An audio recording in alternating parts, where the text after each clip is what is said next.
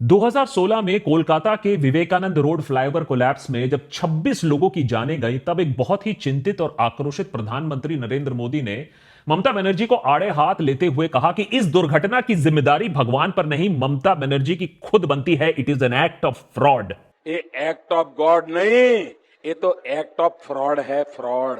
ये act of God तो उस मात्रा में जरूर है क्योंकि चुनाव के दिनों में गिरा ताकि पता चले कि आपने कैसी सरकार चलाई है। इसलिए भगवान ने लोगों को संदेश दिया है कि आज ये ब्रिज टूटा, कल ये पूरा बंगाल ऐसे ही खत्म कर देगी। हमारे देश में करप्शन कोई नई चीज तो है नहीं, खास करके कंस्ट्रक्शन प्रोजेक्ट्स में। आज से 40 साल पहले बनी कल्ट क्लासिक जाने भी दो यारो इसी मुद्दे पर बनी थी, जब कंस्ट्रक्शन के चलते एक ब्रिज इनॉग्रेशन के समय ही कोलैप्स कर जाती है। लेकिन 2014 में जब देश ने असली आजादी पाई तो देशवासियों को यकीन था कि अब करप्शन के दिन, खाने खिलाने के दिन चले गए। भाइयों बहनों, मेरा मंत्र है, न खाता हूं न खाने दूंगा। सब चंगासी। आज एक दशक बीतने के बाद सब चंगासी, सब नंगासी हो गया है और लोगों को समझ में आ रहा है कि कुछ खास मित्रों को छोड़कर सभी लात ही बस खा रहे हैं हमारे देश में।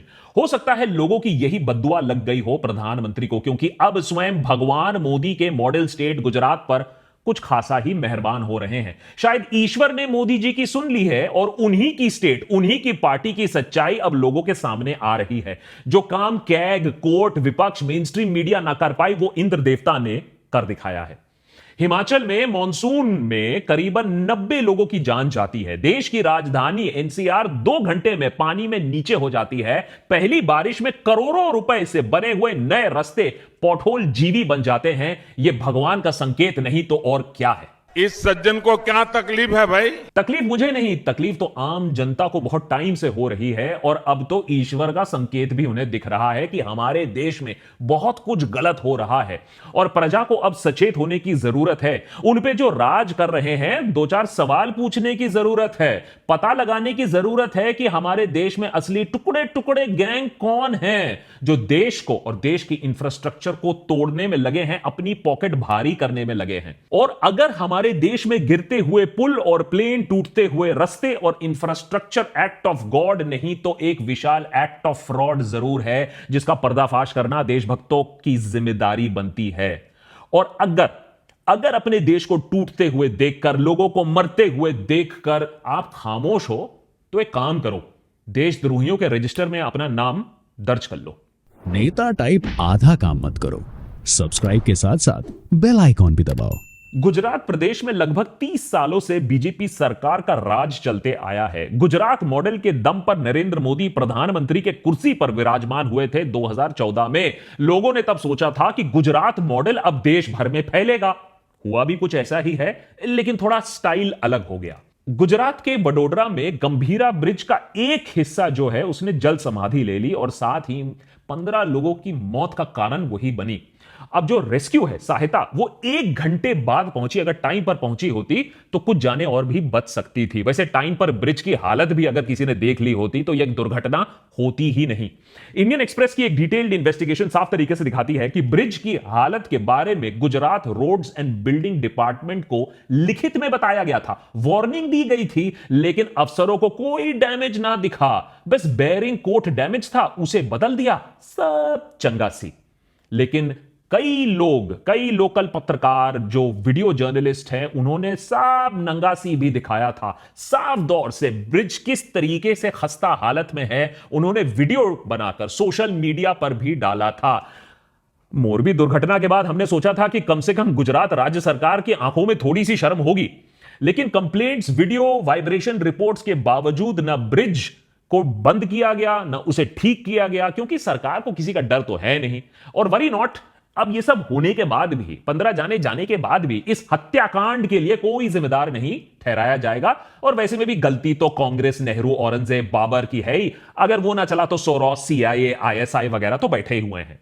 लेकिन जब गुजरात के नए नवेले ब्रिज गिरते हैं तब क्या नेहरू को कोसोगे या पाकिस्तान में आप ब्लेम गेम ढूंढोगे?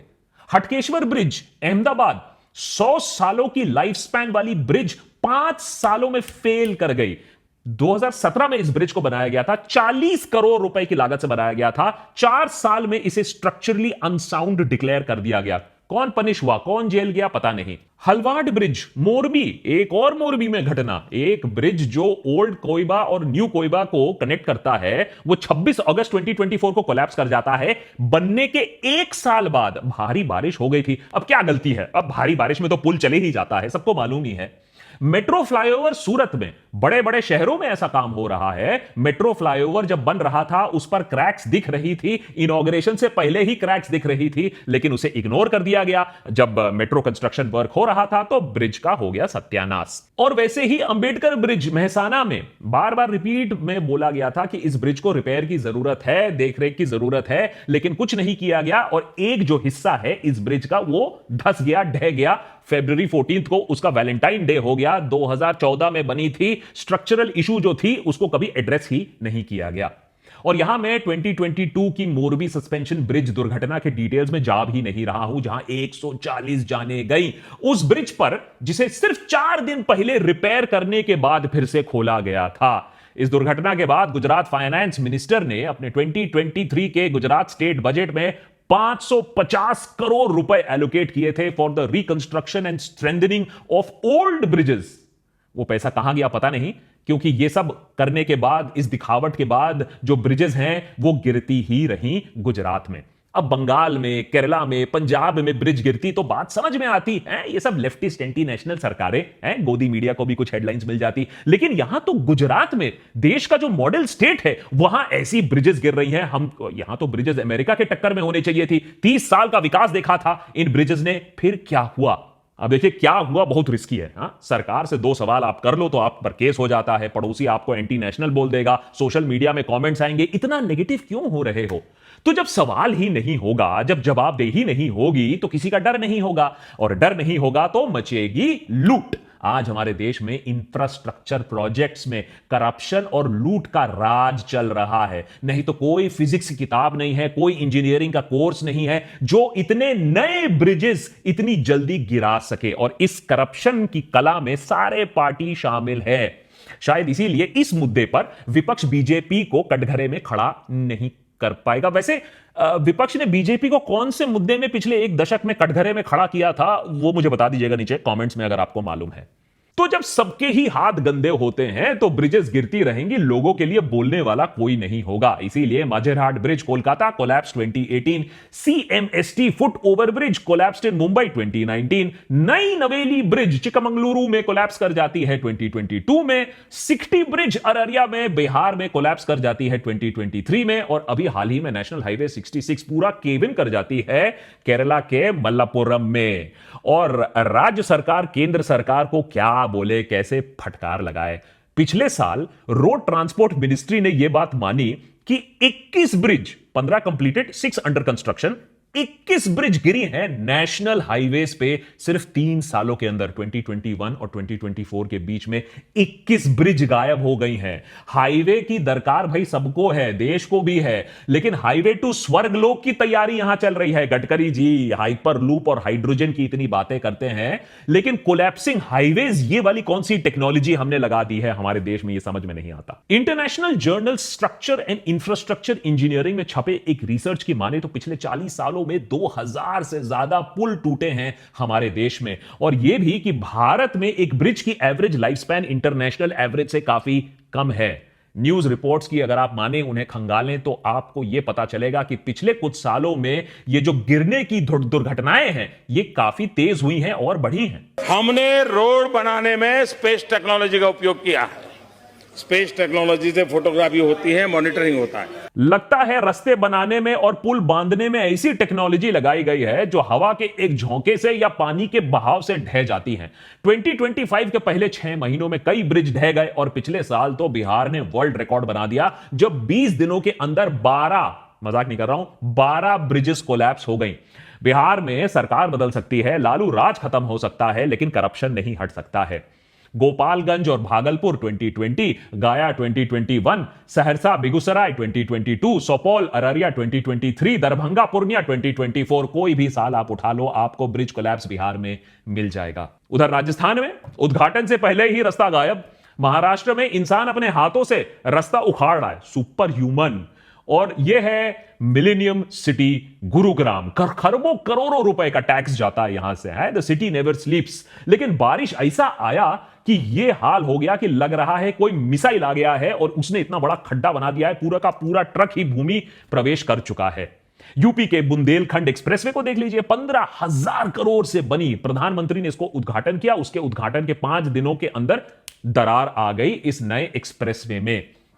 ऐसे रस्तों का फिर नतीजा क्या होता है, आपके और हमारी जिंदगी पर क्या इंपैक्ट पड़ता है।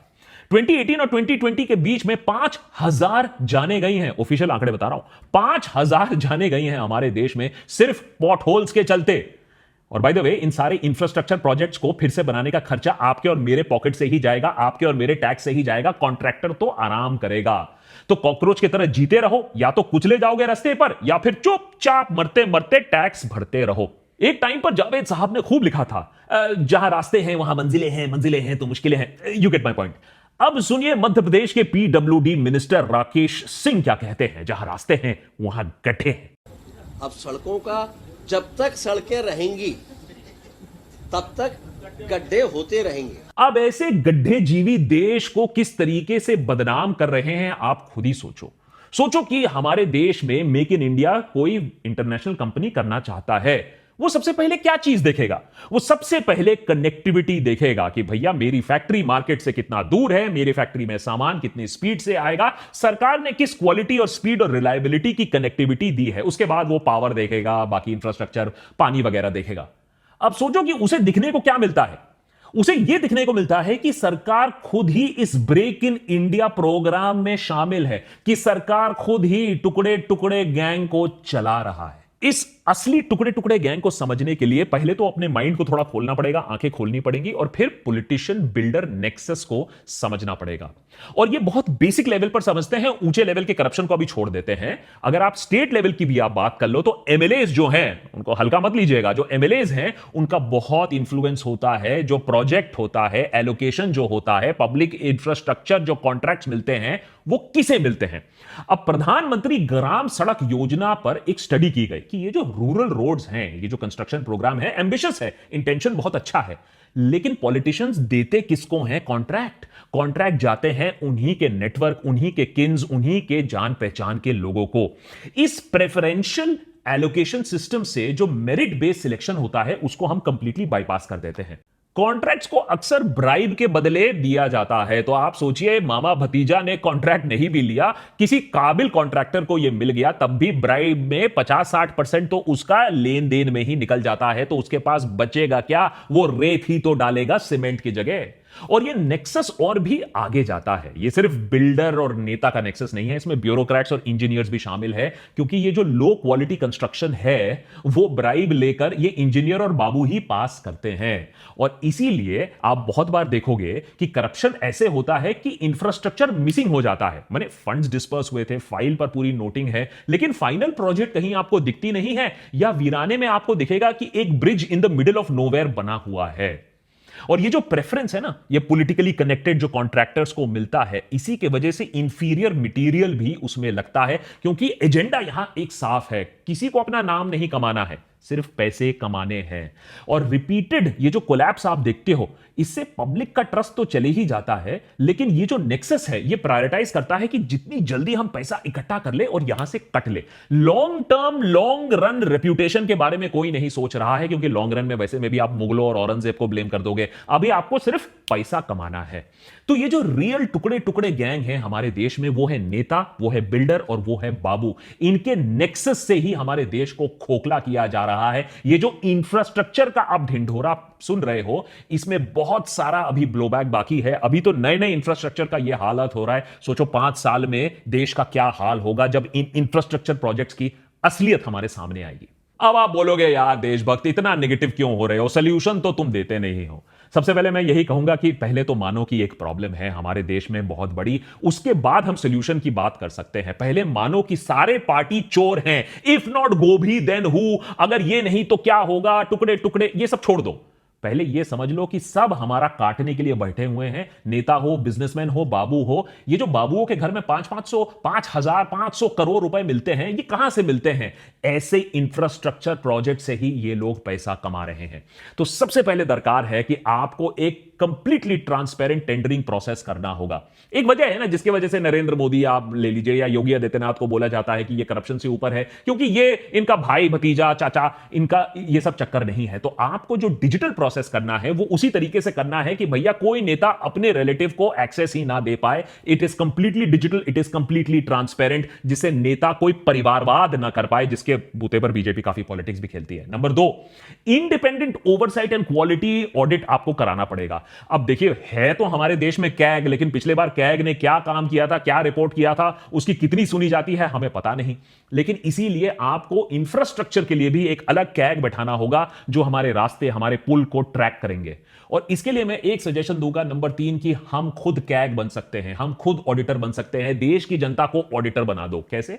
सिंपल है। आप डिजिटल इंडिया की बात करते हो, लाइव ट्रैकिंग कर दो। आप एक लाइव डैशबोर्ड बैठा दो कि भैया ये है हमारा नेशनल डैशबोर्ड, इसमें देश में जो जो प्रोजेक्ट्स हो रहे हैं आपको दिख जाएगा। कौन सा प्रोजेक्ट है, किसने एलोकेट किया था, कब शुरू हुआ था, कौन एग्जीक्यूट कर रहा है, एग्जीक्यूटर जो है उसकी रेप्यूटेशन क्या है, कितने कॉस्ट में इसको दिया गया है, कितना टाइम ओवररन हो रहा है, परचेज ऑर्डर कहां है, कितने में सामान परचेज किया है। सारा का सारा कॉस्ट ओवररन और धांधली 2 मिनट में पकड़ी जा सकती है। लेकिन पॉलिटिकल क्लास अगर इसे करने लगी तो उसका जो मेजर फंडिंग का जरिया है वो खत्म हो जाएगा। एक और काम कर सकते हैं, थोड़ा कंट्रोवर्शियल पॉइंट है, लेकिन मैं हमेशा देशभक्त पर कहता आया हूं कि स्ट्रिक्ट एंटी करप्शन लेजिस्लेशन हमारे देश में चाहिए। आज का एग्जिस्टिंग एंटी करप्शन लॉ, जो प्रिवेंशन ऑफ करप्शन एक्ट 1988 बहुत फीका है। पिछले बार आपने कब किसको सीरियस पनिशमेंट झेलते हुए देखा था करप्शन के लिए, जबकि खरबों रुपए का करप्शन होता है हमारे देश में। मैं इसीलिए एक छोटा सा चाइना का एग्जांपल लेता हूं। जब चोंगक्विंग ब्रिज कोलैप्स हुआ था 1999 में, तो एक लोकल डेप्यूटी को वहां सजाए मौत सुनाई गई थी और काफी इंजीनियर्स हैं जिन्हें लाइफ इंप्रिजनमेंट दिया गया था। 2011 में हाई स्पीड रेल क्रैश हुआ था, रेलवे मिनिस्टर को जेल फॉर लाइफ दिया गया था। अब लिबरल्स बोलेंगे अरे अरे हम चाइना नहीं है, हम तो डेमोक्रेसी है। तो लगाओ फिर कोर्ट्स को वर्क में। एक कोई तो फिगर होगा आपके मन में, 500 करोड़, 1000 करोड़, 2000 करोड़, एक लेवल की धांधली तो होगी जिसके बाद वो फाइनेंशियल करप्शन तो और टेररिज्म ही हो गया ना। अगर 1000 करोड़ की कोई धांधली करता है, स्कैम करता है, वो कसब हुआ कि नहीं हुआ। और आपको मेरिट बेस्ड कॉन्ट्रैक्टर चूज करना पड़ेगा। यह नहीं है कि कोई चाचा भतीजा आके एक रेट लगा गया और मैं सस्ते में काम कर दूंगा। आप देखो किसको कॉन्ट्रैक्ट दे रहे हो, आप उसका हिस्ट्री देखो, टेक्निकल एक्सपर्टीज देखो, पास्ट परफॉर्मेंस देखो, फाइनेंशियल स्टेबिलिटी देखो। ये लोएस्ट बिड का क्या चक्कर चल रहा है, इसीलिए तो चीजें ढह रही हैं। पब्लिक अकाउंटेबिलिटी और विसल ब्लोअर एक्ट प्रोटेक्शन ना, कि भैया किसी ने आकर किसी की पोल खोल दी तो आपको वो विसल ब्लोअर को बचाने की जरूरत है। हमारे देश में विसल ब्लोअर प्रोटेक्शन एक्ट सिर्फ नाम का ही है, उसे भी स्ट्रेंथन करने की जरूरत है। नेट देशभक्त पर आज मैं आपसे बस यही कह रहा हूं कि सिस्टम को सवाल उठाना, हमारे जो नेतागण हैं उन पर सवाल उठाना सबसे बड़ी देशभक्ति वही है। क्योंकि ये नेता बाबू, ये जो नेक्सस है, यही हमारे देश को खोखला कर रहे हैं। सारे पॉलिटिकल पार्टीज में बोल रहा हूं कॉम्प्रोमाइज्ड हैं। तो सबसे सवाल आप पूछो जो आपके देश में ये जो प्रोजेक्ट्स चला रहे हैं। और किसी भी पार्टी को सवाल पूछना है ना, वो किसी और पार्टी की एडवोकेसी नहीं है। आपने किसी को वोट किया है तो सवाल तो आप उसी से पूछोगे ना, ऑपोजिशन पार्टी से थोड़े ना पूछोगे। As a matter of fact ये चीज मुझे सोशल मीडिया में अब दिखने लगी है कि बहुत लोग सत्ताधारी पार्टी से सवाल पूछने लगे हैं, जो कि पूछना चाहिए। मरे हुए ऑपोजिशन से सवाल पूछकर कुछ नहीं होगा। Speak up. जो आपका सोशल मीडिया है बहुत पावरफुल वेपन है। रिकॉर्ड करो वीडियो, ट्रेंड करो, हैशटैग, सवाल पूछो मंत्रियों से। मैं बता रहा हूं, देश की सत्ता, देश की रूलिंग पार्टी को एक ही चीज से डर लगता है, वो है अलर्ट अवेयर सिटीजनरी। जब आप अलर्ट अवेयर हो जाओगे, मैं बता रहा हूं, कोई आपसे मजाक नहीं कर पाएगा, कोई आपको हल्के में नहीं ले पाएगा, कोई आपके मुंह पर यही नहीं बोल पाएगा कि जब तक रस्ते हैं तब तक गड्ढे हैं। हमारे रस्ते तो अमेरिका से भी ज्यादा अच्छे हैं और जनता सुन भी लेती है। जाते जाते मैं ये बोलूंगा कि एयर इंडिया क्रैश को 1 महीना हो गया है, अभी तक कोई जवाब हमें मिला नहीं है सरकार से कि ये क्रैश क्यों हुआ है। आशा करता हूं ये जवाब जल्दी मिले। लेकिन जब तक आप लोग इतनी जल्दी इतना बड़ा क्रैश भूल जाओगे, हमारे देश के इतिहास में सबसे वर्स्ट क्रैश, उसको आप इतनी जल्दी भूल जाओगे, तो शायद सरकार भी इसे हल्के में ले लेती है कि ये जो इंफ्रास्ट्रक्चर की दुर्घटनाएं हो रही हैं, हमारा करप्शन जो हो रहा है, वो भी लोग भूल ही जाएंगे। भूलने मत दीजिएगा, उन्हें कटघरे में लाइए, उनसे सवाल पूछिए। Question everything every day. जय हिंद।